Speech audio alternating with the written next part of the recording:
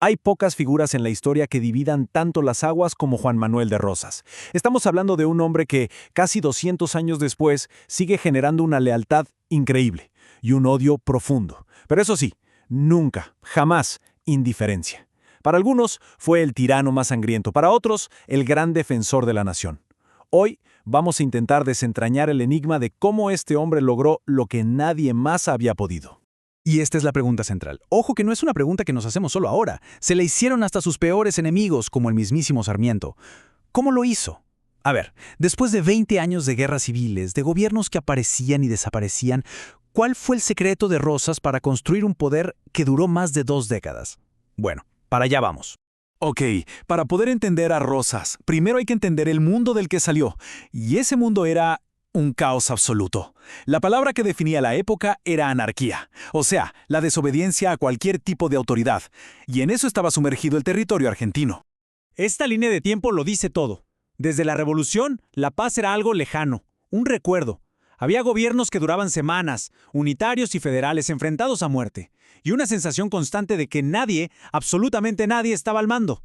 Con la economía por el suelo y la gente ya desesperada, el país era básicamente un polvorín a punto de explotar. Y en medio de todo este caos llega la gota que derramó el vaso. El fusilamiento de Dorrego, un líder federal que era adorado por el pueblo.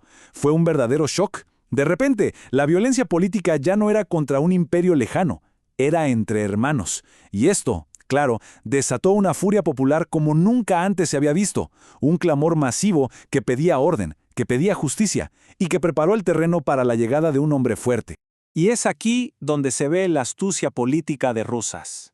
Él no llega como un caudillo más a imponer su voluntad y listo. No, todo lo contrario.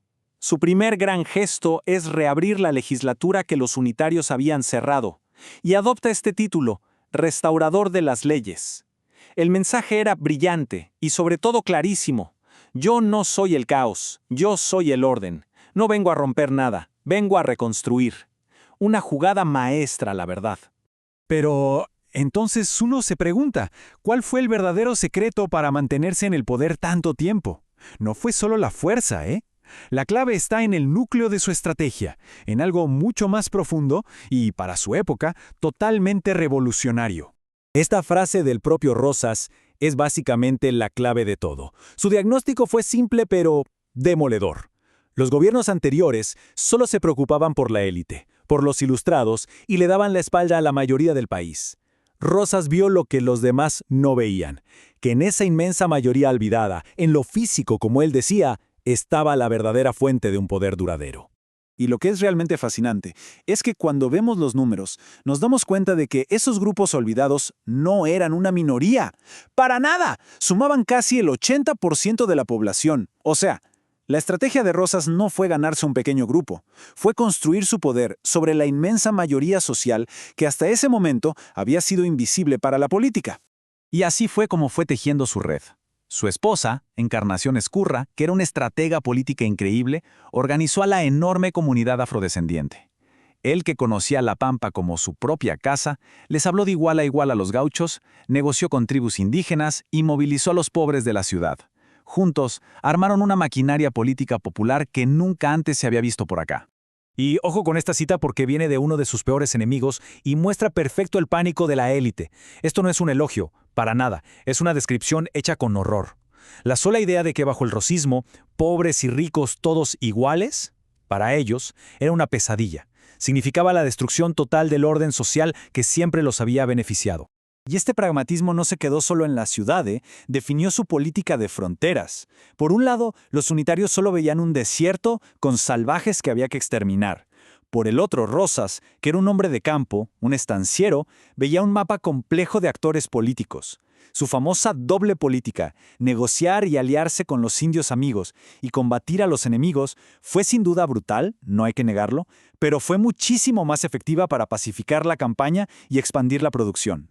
Pero bueno, el apoyo popular era solo una de las columnas que sostenían su poder. ¿Cuál fue la otra? Un nacionalismo férreo, que supo usar de manera magistral para unir al país cuando aparecían amenazas de afuera. A ver, pongamos esto en perspectiva.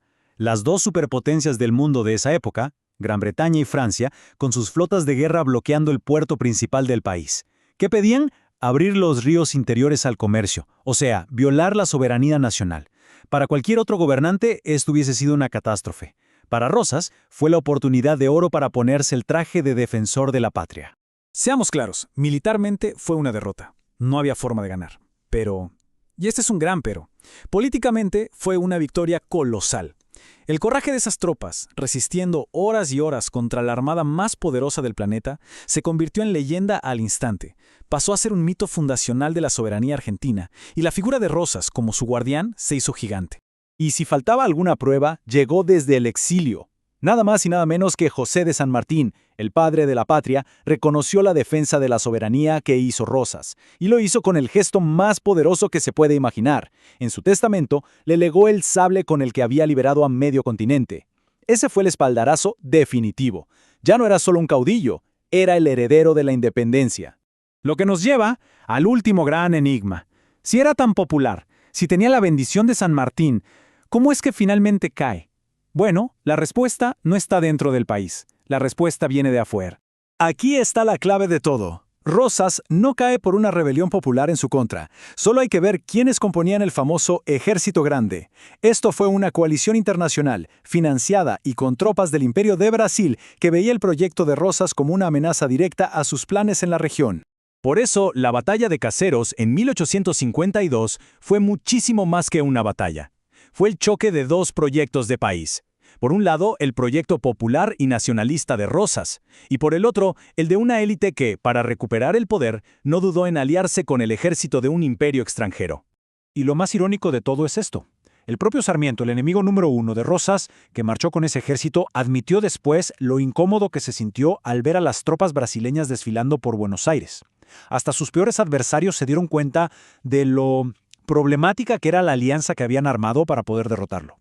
Claro, su caída no cerró el debate. Todo lo contrario, abrió una herida y una discusión sobre su legado que, la verdad, sigue más viva que nunca.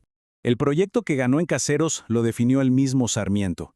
Dijo que fue la rehabilitación de las clases acomodadas. O sea, en criollo, la élite volvió al poder.